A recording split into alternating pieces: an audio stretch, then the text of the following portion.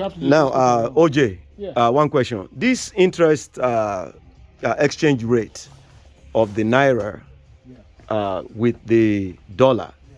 what's really going on? What's your take on it? Well, the bottom line is for too long we've kicked the can down the streets.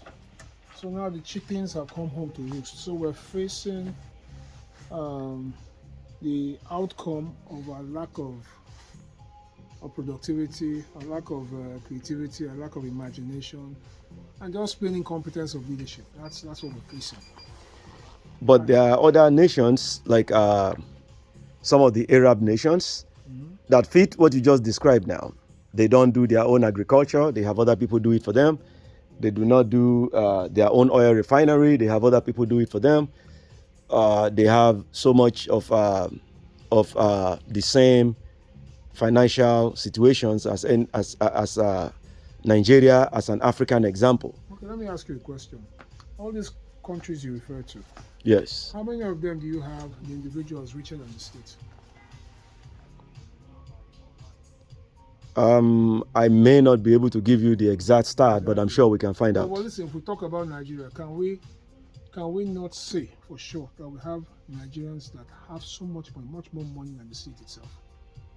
And the reason is simple. These guys are just gouging off the nation's resources. They're not adding value to anything. All they're doing is that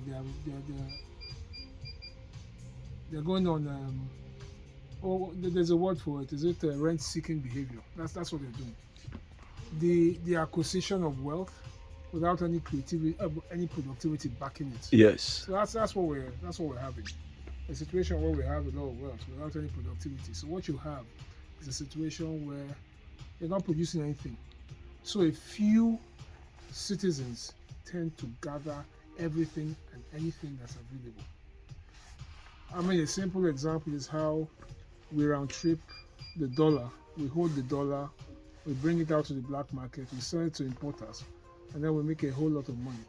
A lot of people are out there buying private jets, but the reality is that what is on the ground to sustain, to provide a basis for Nigeria's economy? Absolutely none. You don't have it.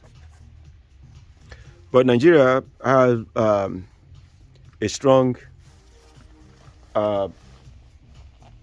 economic No, we have great potential. No doubt. people uh, who have many who have doctorate in economic, Joe, uh, the social, political, and even Nigeria boasts of many engineers no, see, around the planet. Let me ask you a question. If you want to cook soup, Yes.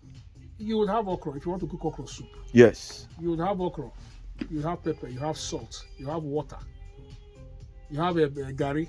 Yeah, all the Now, ingredients. exactly. Yes. You see, now would the ingredients be the soup itself, except when they're combined together and then cooked before you have good, well-tasting soup? Having resources is not the start and the end of prosperity. It's simply that you have potential.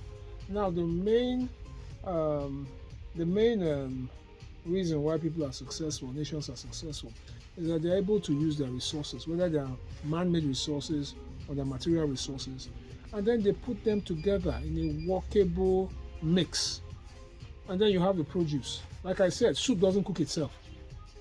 You need a cook. The nation needs a leader, a cook who knows how to, put the ingredients in their correct proportions, well salted to make good okra soup. You have said it. That's the bottom In line. fact, We're smart you people, as an intellectual have said it. But well, I think most people will not even understand what you just said. That the greatest asset you have is the center of being able to mix all the components, the ingredients in of their making a soup. proper That is proportion. so inspiring. That's so metaphorical. In their But proper can I proportion. ask you that in the event of this your statement that it has something to do with being able to cook and mix the ingredients properly. That's very Okay, see, the bottom line is this: a cook is only a good cook because he's competent. In other words, he was well trained for that role. He went through the process of actually learning how to cook. He probably served under somebody, Yes. learning the skills of how to cook. And at some point, it became his turn to cook, and then he cooks. And now, he didn't get it right because he just woke up in the morning and started cooking. Well, he had to learn, he had to go through the process. It's the same thing for Nigeria. We know, listen, there's no, there's a word I'm trying to get. We do not need to reinvent the wheel. All the recipes or the equations for success are there for us to just speak and, start using. Look, this is Africa Worldwide. Yeah, We are bringing you OJ Yeah. and his opinions. absolutely. And I'll be talking to him again and again and again from time to time when we meet at the shoe store. This is our shoe store right here, Africa in Diaspora, Africa Absolutely Worldwide. Beautiful store. This is what Africa Africa should be Worldwide. doing. Yeah, look at some of the brands that we have. Beautiful shoes. We have Air Jordans. See right there? Just think of anything shoe. Think of Devon Shoe Store. Devon shoe, yeah. Devon Sports. Here is our Nike brand, Adidas brand. I'm just showing you a small sample, yeah, a little display. But OJ, your next question is very simple. Please get ready. I'll give you a couple of minutes to think about it. Last week when I talked to you, you said the African story, especially the Nigerian story, is a lion in a cage. And when you open the gate of that cage, you unleash on society wild animals. Now, can you clarify what you mean? Are you saying that Nigerians are animals in a cage? No. Or are you saying that there is an element of a metaphorical, allegorical, where people have suffered in the hands of oligarchs and the so-called Western elite who have hijacked the Africa-style democracy and have installed a highly managed oppressive system that now leads in its entirety to constant failure of infrastructure, failure of development, failure of roads, failure of electric power, failure of energy, failure of the entire citizenry. So what's your take on this, OJ, please? Like I said, that statement about a lion in a cage. A lion is a beautiful animal with a lot of power. It is majestic in its nature. Violence. But it's still a wild animal. Yes. A wild animal with potential. So you need that cage to restrain Yes. wilder tendencies. But a lion does not belong in a cage. Yes. A lion does not belong in a cage. It belongs in the wild. Oh my God, that's so profound. A lion should be in the wild. Where it is OJ. fit for purpose. Yes. A lion has no business being in a cage. Wow. Yeah, that's a bottom line. So if you were to unleash a lion and you release it into an urban area, it will cause chaos. It will cause chaos. That's the bottom line. It Wow. will cause chaos.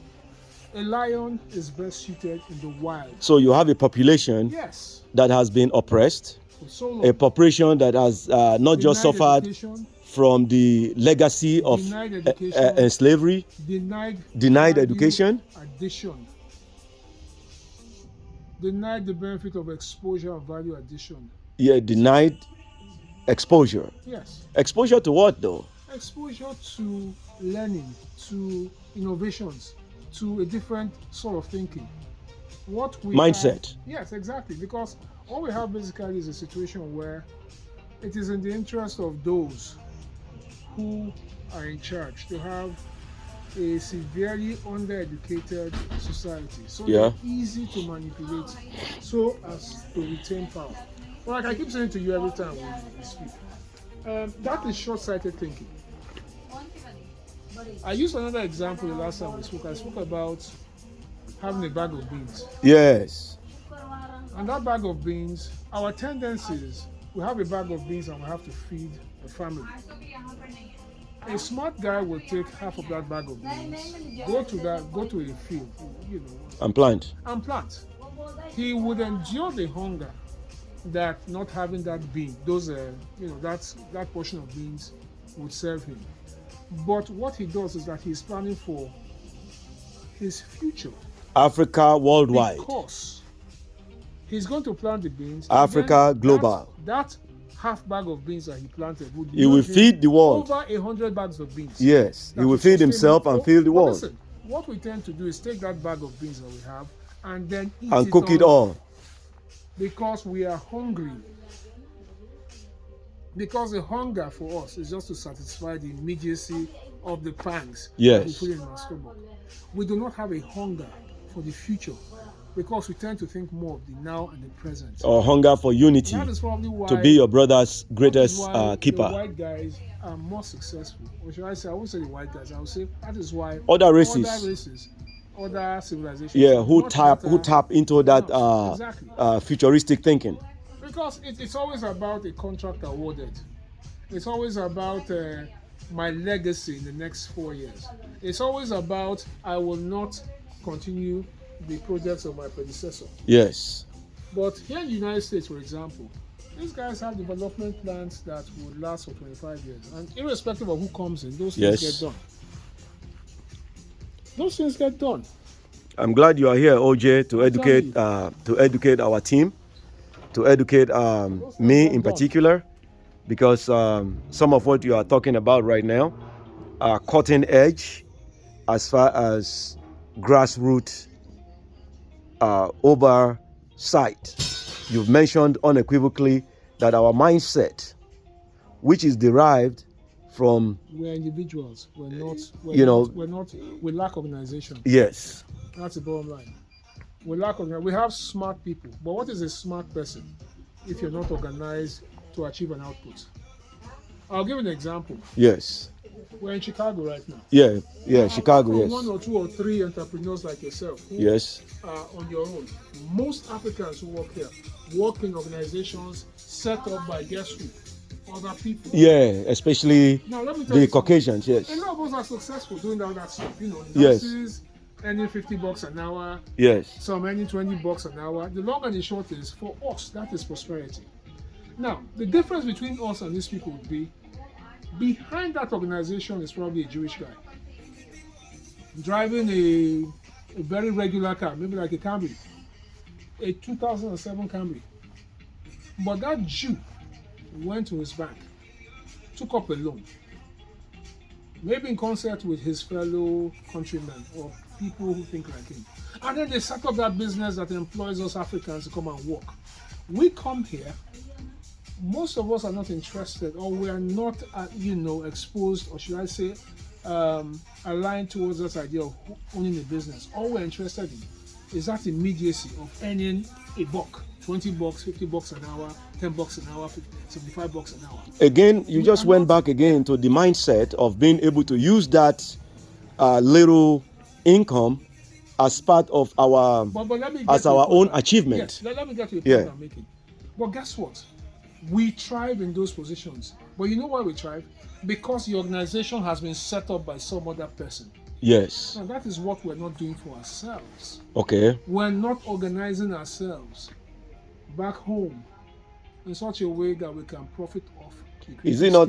Could it not be true that even if we set up such an organization, the pathological understanding of the inherent problems with black people working together, there has not been a community known lately, maybe in the early during the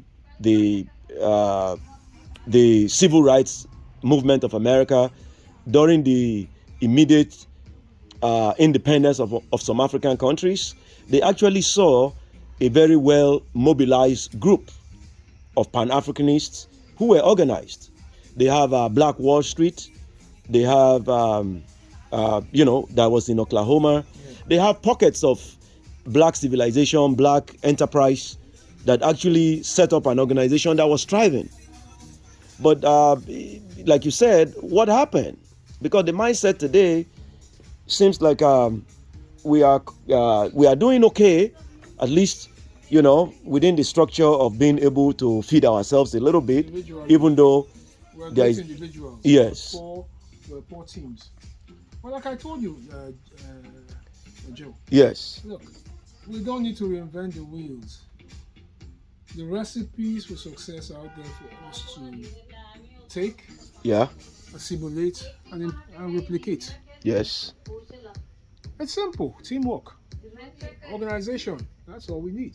But then we've got to have leaders. But when you talk of organization, Yes. and the leader himself is the most rotten, the most corrupt, and he bring in highly calculated attempts Joe, to I'll use you as an example. You know, listen, let me tell you. One leadership from the top doesn't get it right. yes, But we have sufficient knowledge in the followership to Yes. begin to say that, look, we need to get it right. yes, Leadership is not leading right. So Yes. sometimes the key is to change the direction of the followership. I hope you understand what I'm saying. so it's still the responsibility of leadership. No, it's leadership, but what I'm saying is that leadership changes. Yes, Leadership changes direction. Leadership changes. direction. Yes. In other words, leadership is not like an animal that has a head that faces in one direction Yeah. and the tail is permanently where it is. No. Yes. In this case, it's like a fluid or a gas. A fluid or a gas can change direction anytime depending on where the wind faces it. Faces it. Yeah, so in this Yes. case, we can be our own wind and then decide that, look, that leader isn't leading us correctly. So what we can begin to do is begin to adopt those standards of leadership that we need in our own private affairs. And then begin to see how we can network with one another at that level. And then we begin to build up this momentum. Talking of network, Yes. OJ is my friend. He's right here in front of some of the most affordable shoes.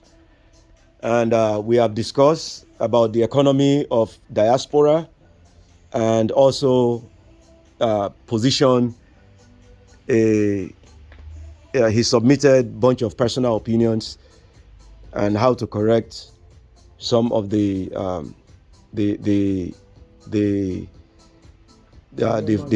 functional approach to looking at the change in structure. the mindset of the worldwide Africa, Africa global. Fluid. Let me put it that way. Leadership Can word. be fluid. Oh, leadership can be fluid. Change OJ direction. said. Absolutely. So if our leaders, Yes. in quotes, refuse to lead correctly, Yes. those of us who are the tail end of that movement can decide that, hey man, we can change direction and begin to lead ourselves, synergize among ourselves, join hands in business, Yes. begin to do those things that we see others do, replicate them in our lives, and then slowly we begin to build that momentum. Critical mass is built, and then suddenly, man, we're pulling in a different direction. And those who choose to follow the path of the old are left behind. They'll have no choice. But how do to join you the how do you reconcile Yeah.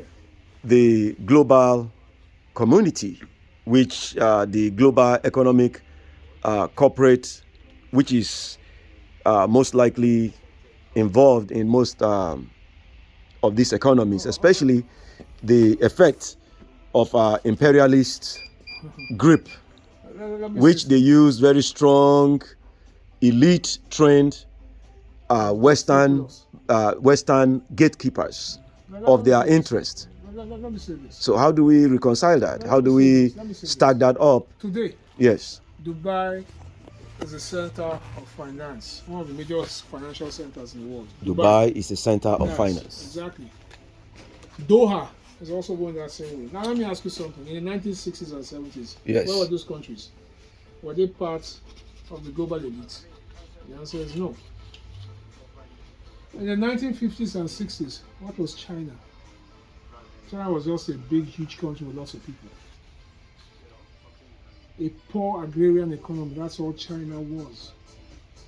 But where is China today? China is poised to become the biggest, the world leading economy in the next couple of years. What we're saying is the solutions lie in our own hands. We've got to be serious. Sometimes drastic action needs to be taken. The Chinese went through their own, should I say, the pains of revolution. Yes. You know, a silent, quiet revolution that Yes. occurred within the Communist Party. Yeah. China used to be communist. Today, they are no longer. They still maintain the vestiges of communism in the names of their parties and all that. Yeah. But in reality, what they did was that they adapted. They adapted. They learned the best of the West and then applied it to the best that they had in their own system. China is thriving today because of those hard decisions. All they did was that they just copied what was existing and now they are thriving. They took advantage of the prosperity of the United States. The United States decided that But they didn't know where to Africa, manufacture. prior to the Catholicism, Yeah. Catholic to Mohammedanism, which is called Islam, Yeah. they copied all of these beautiful concepts of See, human development. How come that is not helping them? Unfortunately, what we had, let me tell you, military rule had a way of just completely decimating the true African mentality in quotes. Because remember, in the old days, we had stories about the Benin Kingdom. Empire. Yeah, empires and Yes, kingdoms, the Benin yes. Empire had street lights powered by palm oil. Benin. We had street lights in the 17th century. I don't know if it's the 17th or the 16th, but Right. way back then, we had streets in Benin, the Benin Empire, powered with palm produce. The richest man in the world till date is Mansa Musa, a man who had so much gold. So listen, a civilization, or should I say a people that have had Africans invaded Southern Europe and conquered it. Remember the Moors. Yes. Most part of Carthage? Carthage, yes. Yeah. Carthage in the Tunisia Peninsula. That took on the Roman Empire. Yes. Hannibal. He was Yes. an African. Remember the Nubians. Yes. So let me tell you, see, we So had what happened to a- us today, though? What What happened is was going on? basically, Because OJ, I don't understand. I mean, people cannot be great and at the same time see, I will tell you be this. so vulnerable. No, see, for me, I'll tell you that the worst thing that happened to Africa was the advent of military rule. Advent of what? Military rule. Oh, military. Okay. Yes.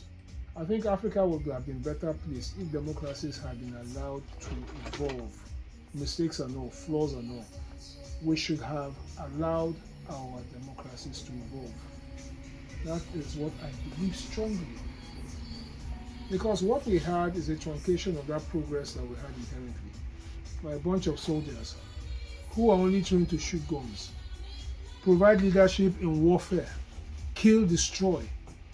They had no skills in planning an economy. They had no skills in strategic planning or management or any development. anything of that sort.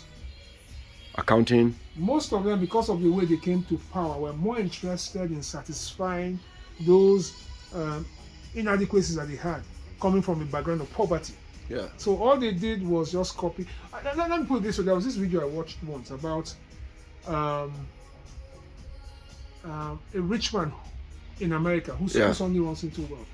That there was a comparison. I think it was a Nation of Islam member who was making that comparison. Yeah. And he said something like, if you look at the successful white guy, you will not necessarily see the attire of wealth about them. Most of them are just wearing a very simple suit, wearing a t-shirt, driving a very modest car. But these guys own so much. But when a black man achieves so much, they adorn themselves with golden chains. They try to make up for that lack by putting on all those things that would make them appear to be successful. So in other words, the substance of success for the black man is to appear to be rich, as opposed to the white guy who has it, who knows that the value of success is not in the appearance of it, it is in the possession of it. And his society reflects that.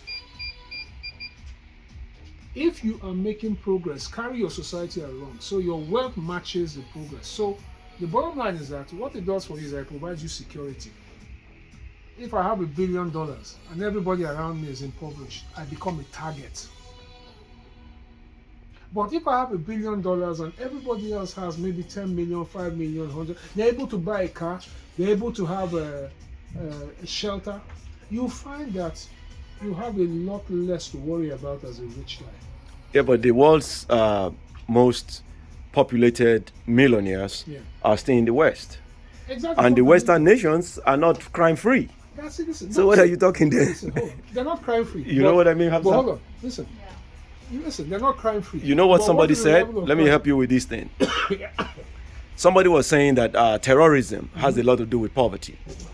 And the world's poorest people are in India. Trillions of them. I mean, like literally over 500 million Indians under the Hindu religion are very poor, very impoverished. And yet, their ability or their call You know what? for a terrorist action is almost zero. You cannot ask an Indian guy now say, put this bomb on or me explain carry my this own AK-47 understanding. and go and kill somebody. Let me give you more understanding. Yeah. If Yes. you were to fill a bucket with water Yes. and it gets to a point where the capacity of the bucket can no longer contain the water, what happens? It overflows. Overflows, yes. So it is always seeking an escape. Not so. Yes. Now, maybe the difference between the Indians and the Nigerians and the other people would be that in India, you may be impoverished, but there's always a path for progress or success.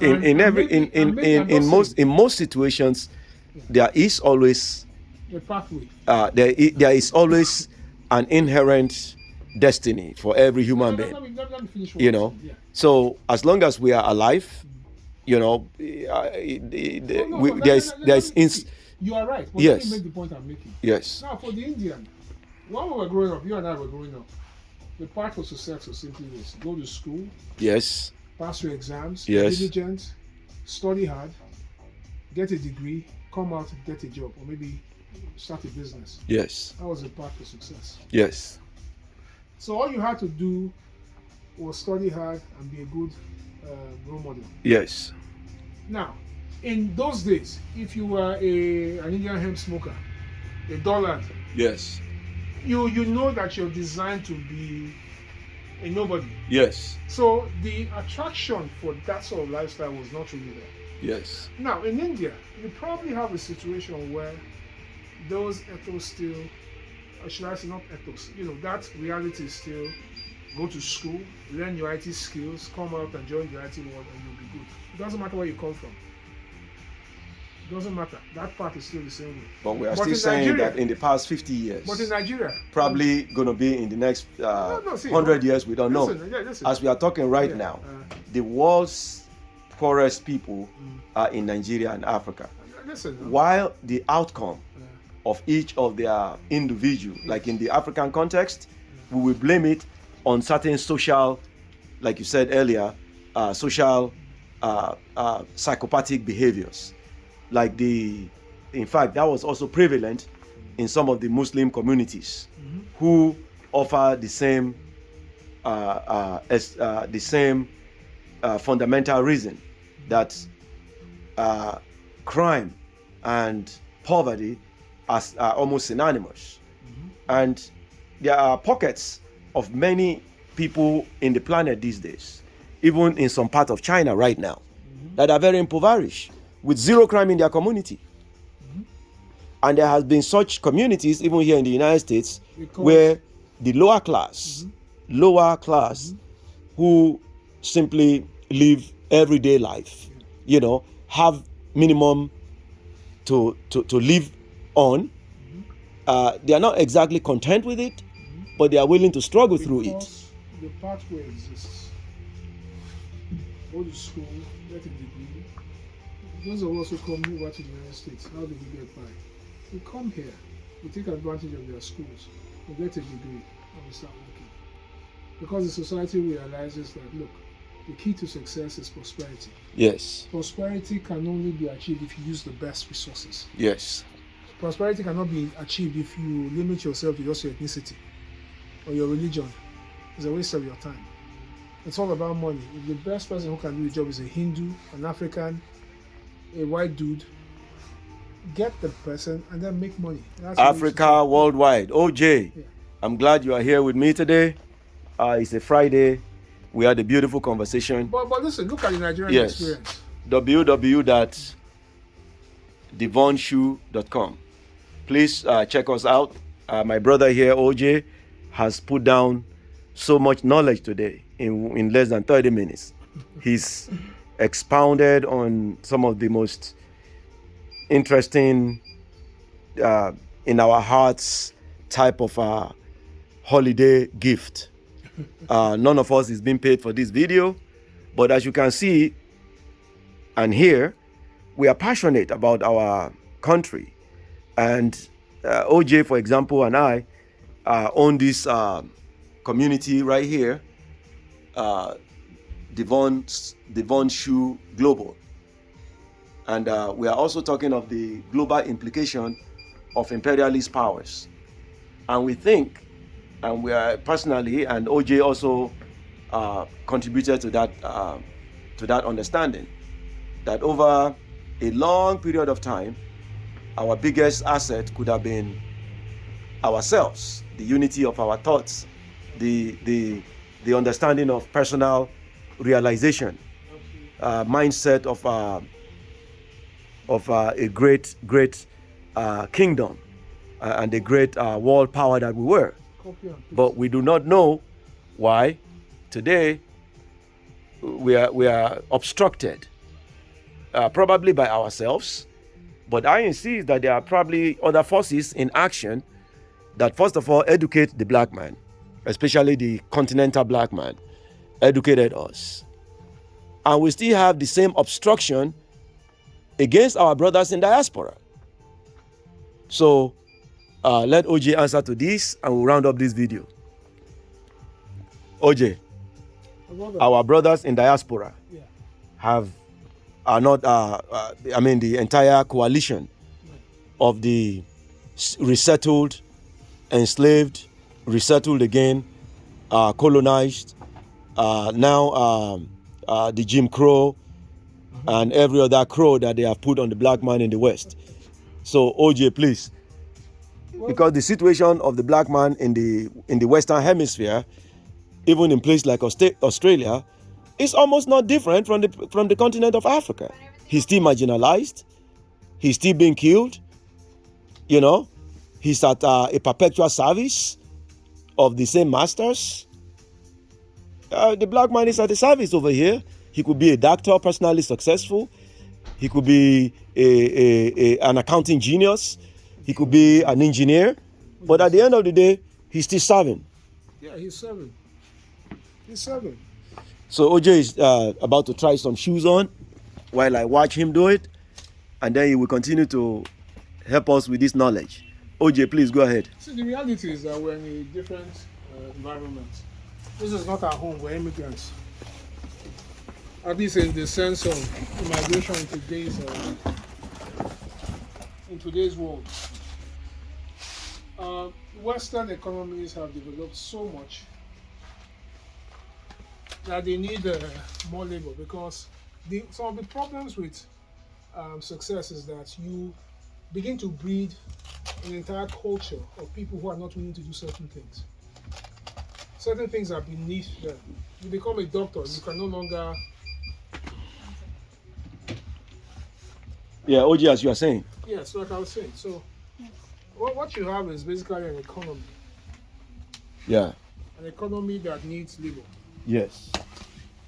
An economy that is focused on the development of their own country. So they need cheap labor. They need cheap labor. So that's where you come in. Their intention is not to make you successful. Their intention is just to take advantage of what you bring to their society. So they continuously maintain that edge over you. And then at the end of the day, if you earn a decent living, that's something they can tolerate. But the most important thing is to keep your countries permanently subservient to their needs, because they need your resources to sustain their own society. So it's okay for them to just accept that some of us will come here and want to serve them. And for those of us who have the misfortune of living under under bad governments in our own land where the economies are poor. For us, this is an El Dorado. This is an escape from poverty. This is a fulfillment of our own individual dreams of prosperity. But the society that we come to would severely restrict us in our ability to do certain things. As long as they get the benefits of your labor, as long as they milk that resource that you have in you, and their economic advantage are maintained, they will tolerate you for as much as they do. But one thing they would never do is permit you to take over, because it is not in their interest to do so. It's a very simple thing, and you can see that reality in the way that many Americans are coalescing around Donald Trump. It's a simple thing. In some ways, tribalism is something that is a worldwide phenomenon. It's not something that's just restricted to Africans. Yeah, there's the tribalism of white people. Tribalism is racism. Tribalism is simply people gathered in pursuit of a common goal. If it is your culture, so be it. Tribe is not necessarily a bad word. Tribe simply means gathering of people who are committed to the same cause. That's all. So what these guys are doing is that they are prospering their society, and they are bringing in necessary labor to help sustain the industry of their society. So they will tolerate you, but they will never let you take over. They will always remind you that your place is not here. So in a sense, that is what we did too in Nigeria. When we had the oil boom, we had Ghanaians, we had Africans from other countries coming. And what did we do? We also had the same attitude of segregation, so to speak, for lack of a better word. You get my point? Yes. So it's largely the same. Thank you, OJ. You've always be the guy who put down some very beautiful knowledge. So I applaud you. Please keep studying. Keep on developing these arguments that you have. They are what we need. We need to keep on this dialogue so we can eventually come to a consensus. Absolutely. And I think we are not mentioning it enough. For example, the immigration processes of our brothers and sisters who actually arrive in the West. Do they really know why they are here? Do they know that they are one of the so-called extraction of the intelligence, like you said, labor force that is extracted in favor of your competitive pretend fake allies? It's a poor economy that is leading to this mass exodus, migration. Yes. Because let me tell you something. If we were better organized back home, many of us would just come here for visits and go back. Yes. Nobody will be tempted to. Who likes to stay in extreme, where yes, places with extreme weather conditions? Who likes it? Nobody does. But because of circumstances, and the sad thing is, like I said, is this lack of organization that is denying us the opportunity to excel. Yes. Lack of organization that breeds off our poor leadership options. We've had, like I said, the military really did a bad thing to us. Because what it did was that it turned back the hand of the clock for us in several ways, so many ways. Yeah, but talking of the military, is it not also true that the colonial history left, like in any concept? Which one do I take? This or this? I'm looking at I've never seen you in a mid top. I think the Reebok mid top might be a good thing for you. I like this one. Yeah, but that one is also hard. This one. But how comfortable were they? Were the three of them comfortable? All of them. Super. But Then comfortable was probably this one. Yeah, I've never seen you with a high top. So what do I take this one? Yeah, I think the high top is better. That one is awesome too. But the one you have on seem like you have. Okay, If this you one have is- both of them, okay, it's the same. then yeah, at one point you might just be wearing the same shoe every day, True. you know. But with the high top, even though it's white, at least that bring a different design and style to your So I feet. take this. I think so. That would be my choice. But however, this Puma Yeah. also look athletic and very mature looking. Honestly, I love it. Yes, I like it too. And I After like this, I'll take this one first, Yeah. and I'll come back for this one. I like the way it's also printed. I'll take this one and come Yeah. back for this two later. Awesome. www.devonsport. www.devonshoe.com. 2359 West Devon Avenue, Chicago, United States of America. So you have a point about these high tops. Yes, maybe next time. We always have high tops anyway. You know, I see Right. what you're making, because this one and this one are too similar. they look similar, but yeah, the high top I think is awesome too. You know, and the color scope it shows a little bit more of the printed black on it. Let me go with this one. I'll come for this one later. Sure, I hope I'll still find it here. sure, absolutely. If it's not here, then we order one for you. Yeah, you can check us online, www.devonshoe.com, 2359 West Devon Avenue, Chicago, United States.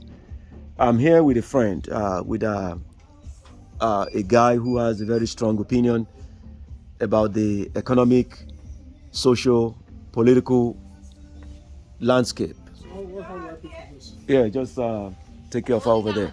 So, I've got 20 with them already. okay.